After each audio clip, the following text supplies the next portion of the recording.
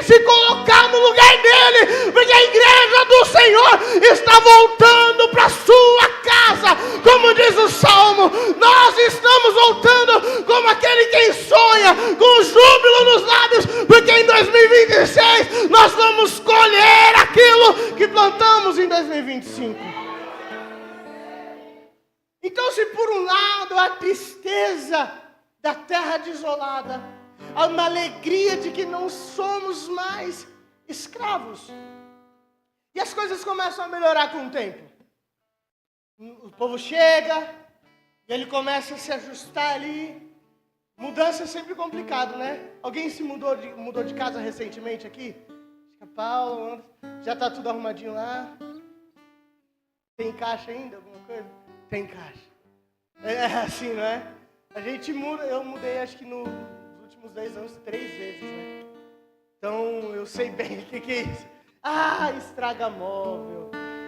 Nossa, aí demora meses para colocar as coisas no lugar. Você às vezes esquece onde está o interruptor, está acostumado com o interruptor num lugar. Aí depois você tem que aprender que está no outro. E cada casa tem a sua peculiaridade. Mas com o tempo a gente vai se ajustando. A gente vai colocando as coisas no lugar, a gente vai melhorando as coisas. E o povo foi se ajustando. Foi colocando as suas coisas, erguendo as suas casas. A ponto que a Bíblia vai falar que as coisas melhoraram. As casas estavam reconstruídas. Havia moradia. E se você pegar o texto, você vai ver que eles estão semeando. Então eles olham para a terra e eles dizem: a terra é boa.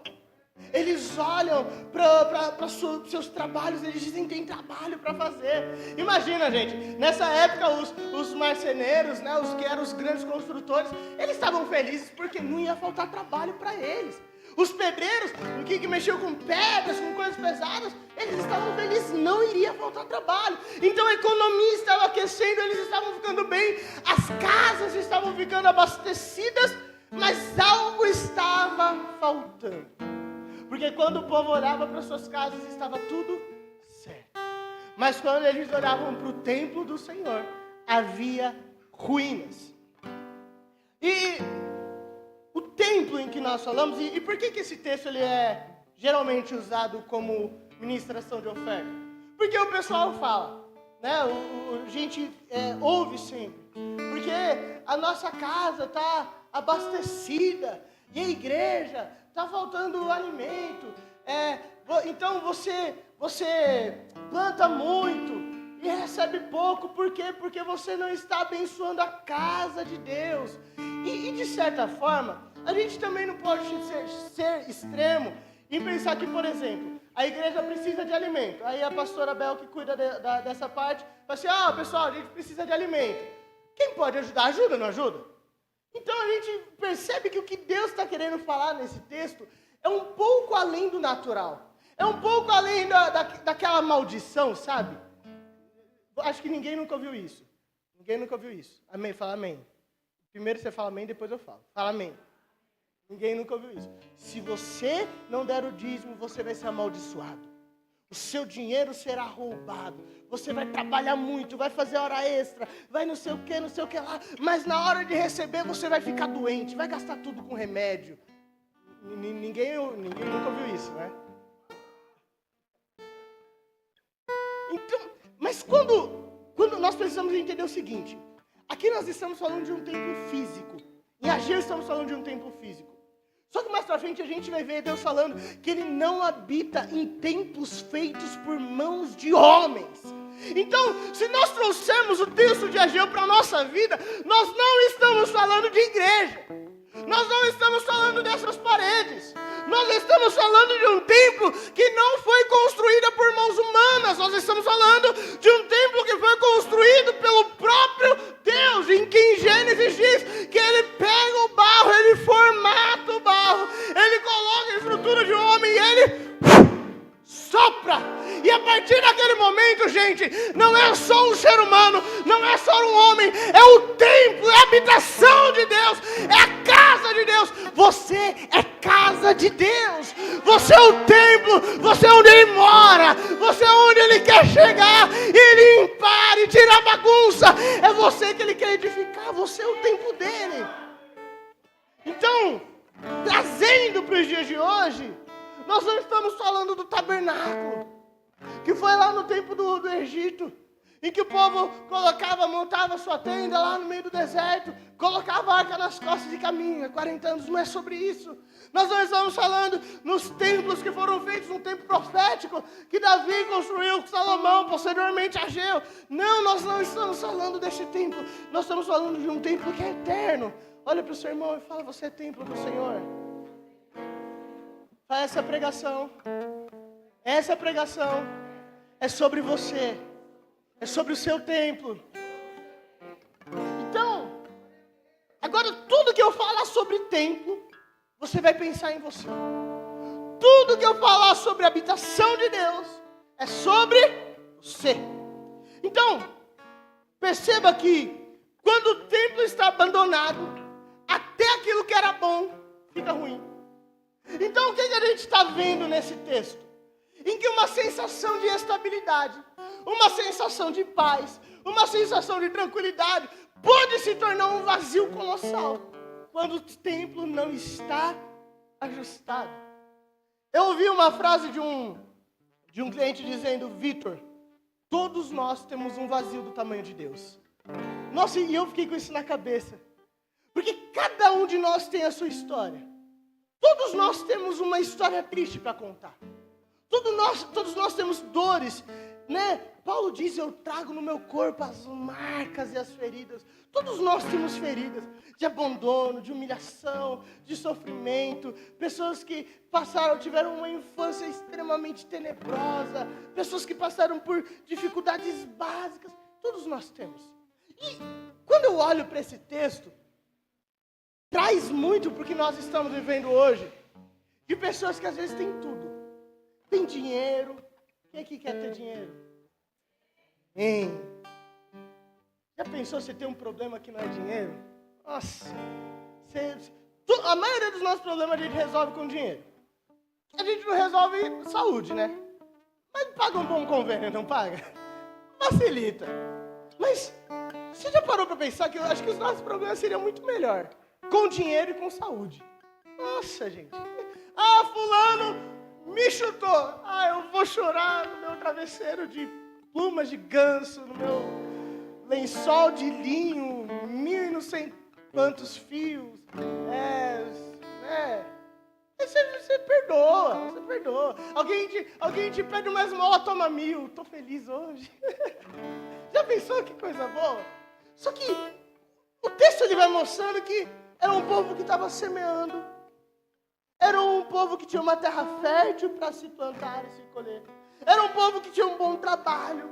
Era um povo que a sua casa estava crescendo. Só que ao mesmo tempo em que se plantava, a sensação era que colhia pouco.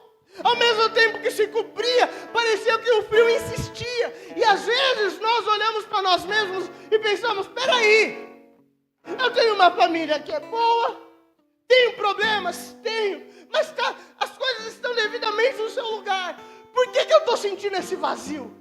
Por que eu estou sentindo essa tristeza? Por que eu estou sentindo que está faltando algo dentro de mim? Porque parece que o meu trabalho não me completa. Porque parece que os estudos não me completam. Porque parece que a minha família não completa. Meu irmão, talvez tudo isso esteja no seu lugar. Olha para dentro do templo.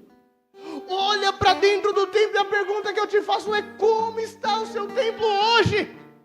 Se você ganhasse na Mega Sena 1 bilhão, ninguém falou amém. Já pensou 1 bilhão na conta, gente? Eu não sei o que eu faria. Amanhã eu já ia acordar, sei lá, paranoico. 1 bilhão na conta, não sei, Anderson, o que dá? Dá para fazer muita coisa, esse que é o problema. Mas já pensou se a sua vida financeira tivesse resolvido? Se seu marido fosse o melhor marido do mundo, sua esposa fosse uma lady, jamais ficasse de TPM. Vocês são,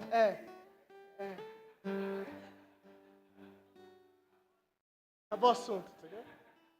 Mãe e esposa, a gente fala, sim, senhora. Você está aprendendo, né, João? É assim. Então vamos pular esse assunto que temos mulheres e homens maravilhosos aqui em casamento. Mas está tudo resolvido, tudo resolvido. Será que dentro de nós ficaria algum sentimento de vazio? Será que com tudo resolvido, você acordou de manhã e falou, está tudo bem? Será que nós estaríamos completos? E será que nós poderíamos olhar para nós, para a nossa vida espiritual e falar, estou completo? Estou cheio? Será que hoje, pensando assim, em que estágio da construção do nosso templo estamos? Porque se nós já saímos do cativeiro, quem é que é liberto pelo sangue de Jesus Cristo? A Bíblia fala que Ele levou os nossos pecados lá na cruz. Antes mesmo de eu pecar, Ele já tinha me purificado, Ele já tinha comprado, já tinha feito o pagamento do meu pecado. Então, eu sou salvo, sou liberto. Em que estágio do meu templo está? Será que eu estou numa fase em que a minha preocupação está só no aqui e no agora? Será que o meu estágio espiritual é só sobre aquilo que as minhas mãos podem alcançar? Ou será que eu já estou num processo de reconstrução do templo? Mas uma coisa eu posso garantir, se as suas coisas estão todas ajustadas e ainda tem um vazio dentro de você, talvez o templo não esteja bem ajustado.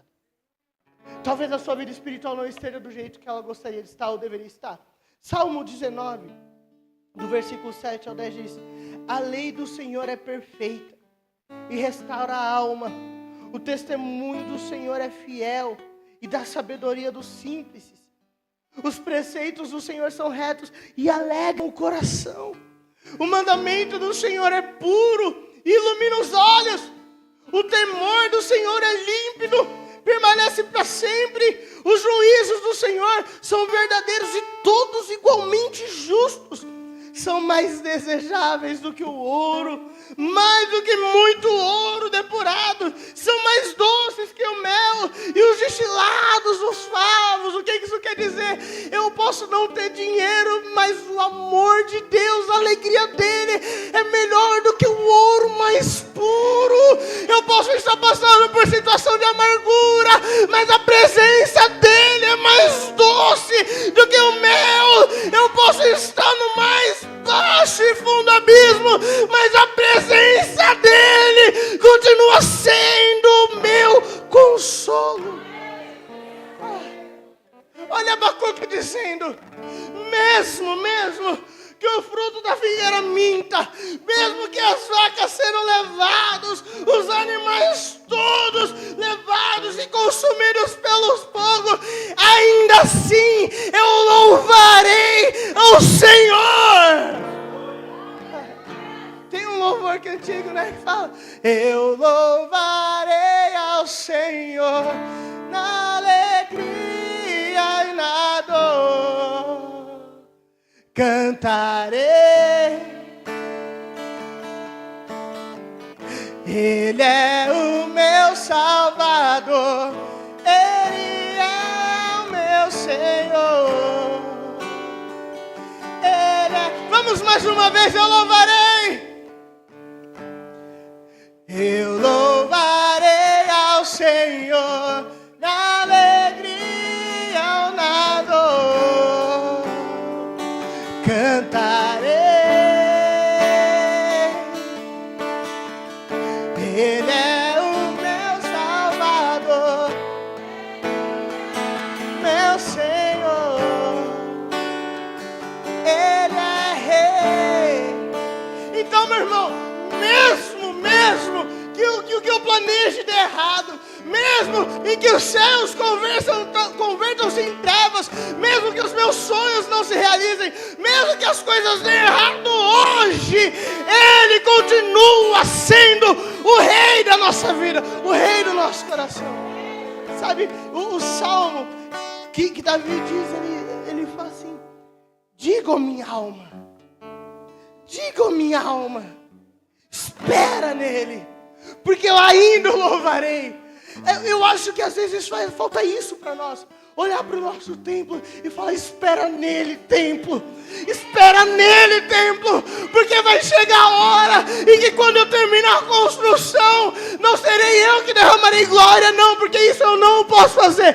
Mas no tempo dele, ele encherá o templo com paz, com alegria, com júbilo. Receba a alegria do Senhor, a paz que excede todo entendimento, o abraço do Espírito Santo. Quando o templo está em ruínas, nenhuma área prospera por completo. Restaurar o altar é o primeiro passo para vencer o que sempre nos venceu. Então é o momento da gente olhar para o nosso templo e falar assim, 2026 não. 2026 o meu templo não vai ficar do mesmo jeito. Não vai ficar do mesmo jeito. A gente ficou com saudade da igreja, né? Eu particularmente fiquei com saudade. Eu entrei aqui acho que umas 2 vezes. Aí dá aquele, né? Você olha as cadeiras vazias, saudade desse povo. Só que, ao mesmo tempo, a gente olha, ó, tem algumas coisas para fazer. A gente precisa arrumar algumas coisinhas. A pastora Leila já me passou alguns feedbacks do que a gente vai fazer. O templo precisa estar em constante mudança, constante atualização. E assim é o nosso templo interior. Precisa estar numa constante produção, restauração, uma boa limpeza. Comece o seu ano fazendo uma boa limpeza no templo. Quem sabe acontece igual Josias. No meio da limpeza acha-se a palavra de Deus. No meio da limpeza reacende aquele louvor que um dia havia morrido. Quem sabe no meio da limpeza volta-se um grito de júbilo sobre os lábios. Segunda coisa, quando eu retenho o que é do Senhor, Ele retém o que é dele. Então olha o seguinte. O povo estava deixando de usar as suas matérias. Eles estavam deixando de colocar madeira, ouro, prata, coisas que vêm do homem. Mas olha qual é a resposta de Deus sobre essas coisas. Por isso os céus sobre vós retêm o seu orvalho. Alguém tem controle sobre o céu? Deus tem. E a terra, o seu fruto, alguém tem controle sobre a terra? Deus tem. Fiz vir a seca sobre a terra. E sobre os montes, sobre o cereal, sobre o vinho, sobre o azeite, sobre o que a terra produz, como também sobre todos os homens, sobre os animais, sobre todos os trabalhos das mãos. Então, o que isso significa? Quando eu negligencio a minha vida espiritual, quando eu retenho o que Deus me deu, o que Deus fez em mim, a transformação que Deus me deu, a liberdade que Deus me deu, eu retenho isso para mim e levo uma vida, como eu sempre digo, uma vida litúrgica, uma vida que não é espiritual, mas é uma vida, sabe, legalista, é uma vida de ritualidades. Quando eu retenho isso, Deus ele começa a reter as coisas. Então, a partir do momento que eu sou um cristão e eu não vivo o cristianismo na sua forma plena, eu posso fazer qualquer coisa, gente. Nunca vou ser completo. Olha o que Mateus diz. Eu não vou ler para não ficar cansativo, mas em Mateus conta-se uma história, Mateus 25, 24 ou 29. Conta-se uma história em que o Senhor, ele distribui talentos para cada um dos seus funcionários. E cada um deles vai fazer um tipo de aplicação. Um vai dobrar, outro triplicar. Só que um chama muita atenção, porque ele diz o seguinte: quando o Senhor ele pergunta sobre o que você fez com os talentos que eu te dei, ele diz: Senhor, eu tive medo de perder. E olha a justificativa que Jesus usa para essa parábola, é maravilhoso, porque eu sei que o Senhor é um homem severo, que colhe aonde sequer plantou. Isso é poderosíssimo. Imagina o Senhor ouvindo isso, né? Eu sou um homem que não colho onde eu plantei. Eu chego e acabo com essa história. Isso poderia ser bom para nós. Isso poderia ser maravilhoso, porque isso garante que não é na força do seu braço que você tem vitória, é no braço dele. Isso garante que a sua plantação não depende do seu crescimento, depende de Deus. Mas pastor, e se faltar semente? Deus faz nascer mesmo sem semente. Como dizem por aí, Ele abre porta onde não tem porta. Ele constrói muros onde não tem estrutura. E se precisar, Ele quebra muro, queima o cavalo no fogo. Ele faz o que Ele quiser, porque Ele é Deus. Mas Ele usou como justificativa esse poder do Senhor como uma justificativa para ele enterrar o seu talento. E aí Jesus diz, para terminar: tira-lhe, pois, o talento e dai o que tem 10. Porque a todo o que tem se lhe dará e terá em abundância. Mas ao que não tem, até o que tem lhe será tirado. Quando você esconde esse sorriso bonito, dá um sorriso bonito aí. Dá um sorriso bonito. Agora dá uma olhada no seu irmão.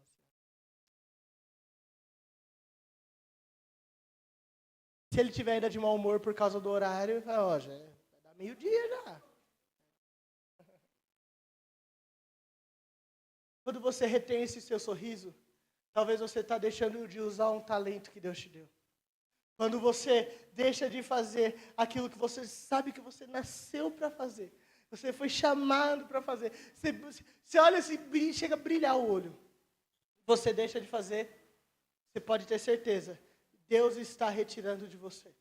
E algo que eu acho interessante é que ele diz que a quem não tem nada, ele retira ainda e dá para quem tem. Então a gente tem que tomar cuidado, porque às vezes o nosso sorriso é tão único. E Deus quer usar tanto nós, a nossa pessoa, e que se a gente não quiser ser usado, gente, o fulano não vai morrer porque você não fez. Só que Deus vai usar outra pessoa. E talvez vai ficar aquele sentimento de poderia ser eu. Quem é que já perdeu alguma oportunidade na vida? Não é horrível esse sentimento? De você de repente olhar e uma promoção de emprego.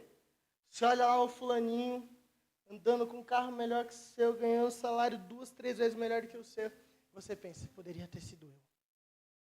Poderia ser eu. Esse sentimento é horrível. Então, conselho, vamos olhar para dentro do templo. E vamos deixar de esconder os talentos, esconder o que Deus nos deu. E vamos começar a trazer para Ele.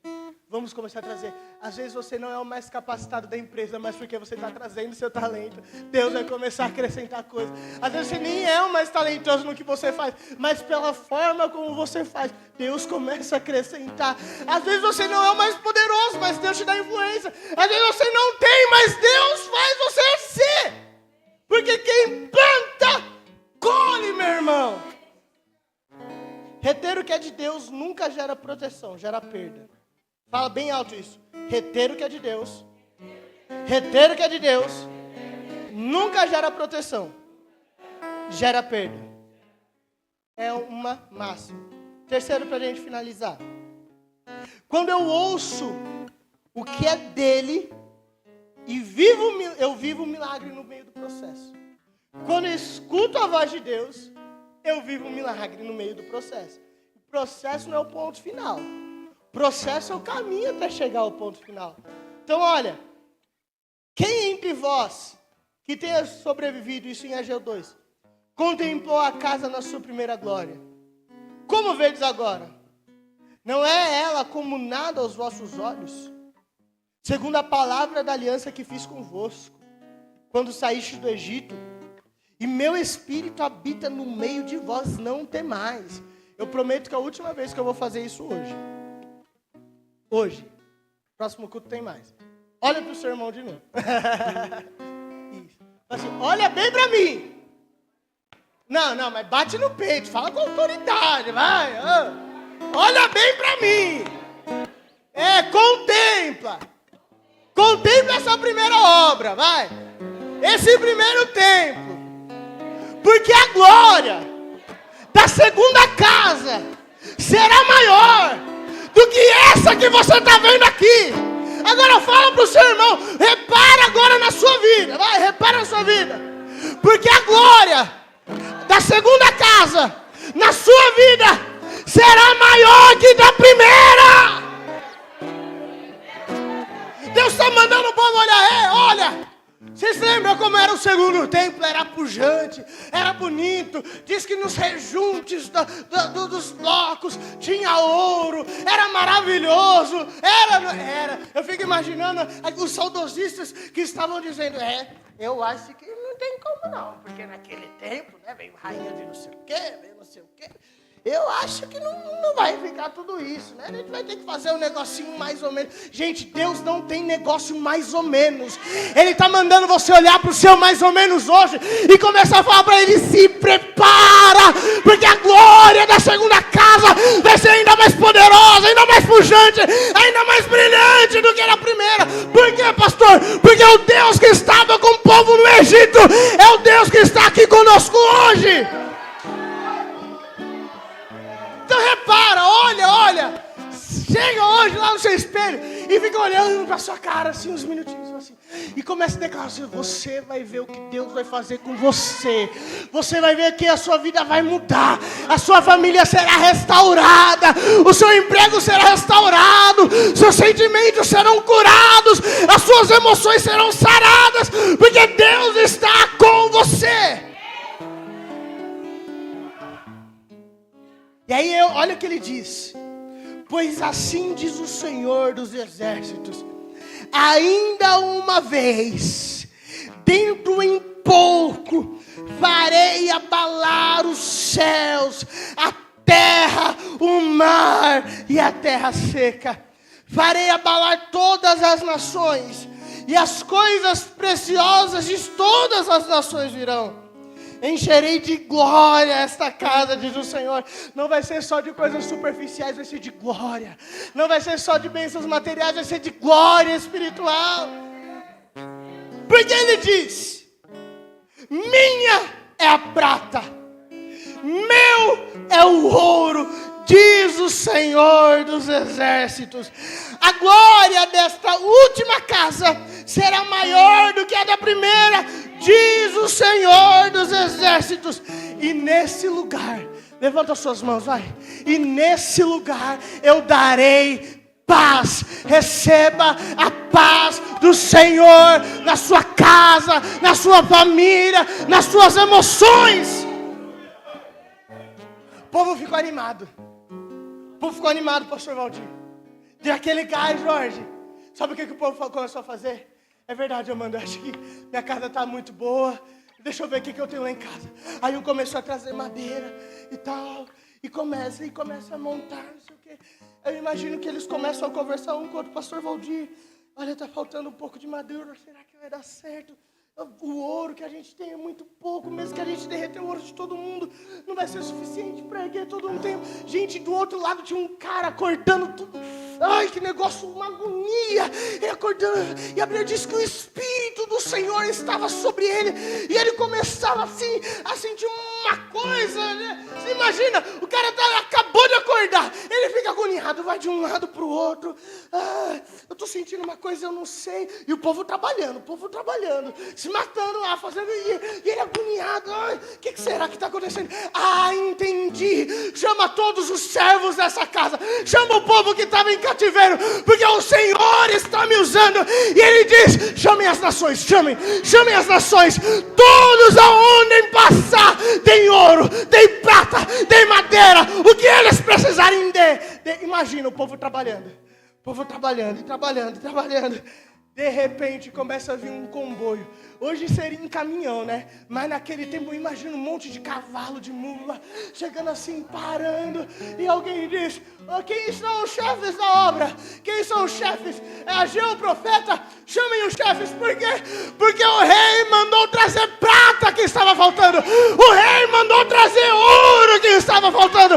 O rei mandou trazer... Isso significa que enquanto você faz a sua parte, Deus move a parte dele. O seu trabalho não é em vão, o seu choro não é em vão, sua plantação não é em vão. Deus vai fazer a parte dele. Você pode glorificar a Deus por isso? Você pode glorificar aquele que nunca perdeu nenhuma batalha. Você pode dar um grito de aleluia, de júbilo, porque o Senhor está aqui.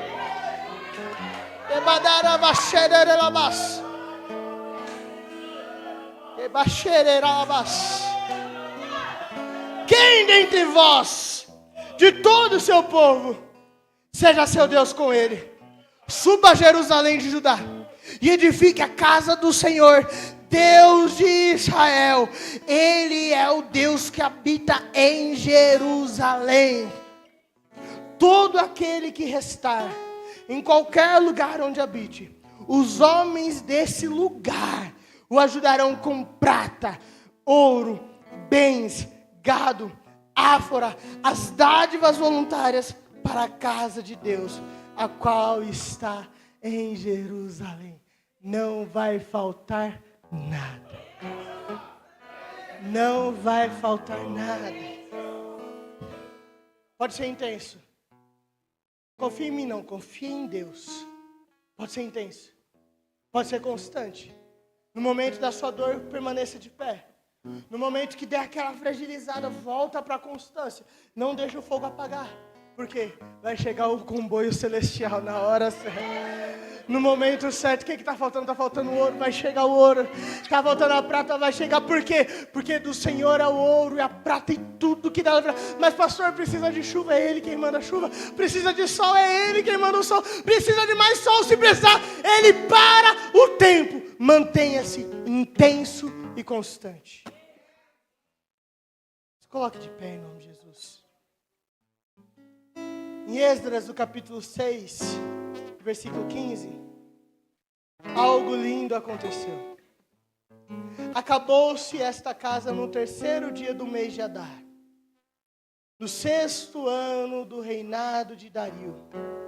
Os filhos de Israel, os sacerdotes, os levitas e os restantes dos exilados celebraram com regozijo a dedicação desta casa de Deus.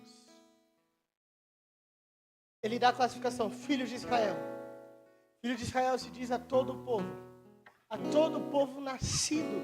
A todos os israelitas. A bênção de Deus é para todo o povo. É para todo o povo. A sua vida abençoa a todos. Uma coluna sustenta toda a casa. É por isso que Deus está te colocando de pé. Porque a partir de você coisas vão acontecer. Segundo, sobre os sacerdotes. Você é líder espiritual da sua casa. Fica tranquilo, porque o templo é feito para você se glorificar em Deus. Líderes espirituais de casa, às vezes fica pesado.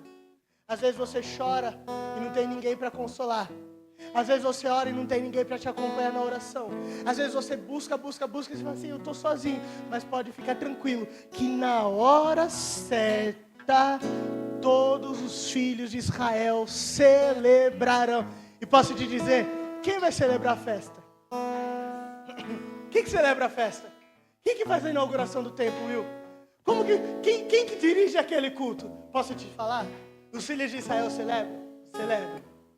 Mas quem vai dirigir a cerimônia de abertura são os sacerdotes. Quem vão cantar e entoar os cânticos de alegria são os levitas. Isso quer dizer que Deus tem honra a quem entrega honra. Deus responde quem busca. Então busque a Ele, clame a Ele, chame a Ele, chore, se derrame. Mas me chama também quando um comboio divino chegar. Me chama que eu quero celebrar junto com você. Quem sabe serei um daqueles que vou dizer, eu lembro que dia é hoje? Dia 4 de janeiro. Eu lembro no dia 4 de janeiro que eu lembro a sua cara. Você não estava acreditando muito lá na pregação, não. Mas quem sabe lá, dia 5, sei lá, de janeiro do ano que vem, eu vou olhar para você e falar assim, não acreditou, né? Grandes coisas fez o Senhor na tua vida, né? Grandes coisas o Senhor fez por você, né? Por isso você está alegre, né? Quem é que declara e recebe que o seu ano vai ser diferente? Então vamos fazer uma oração. Eu quero te convidar a orar.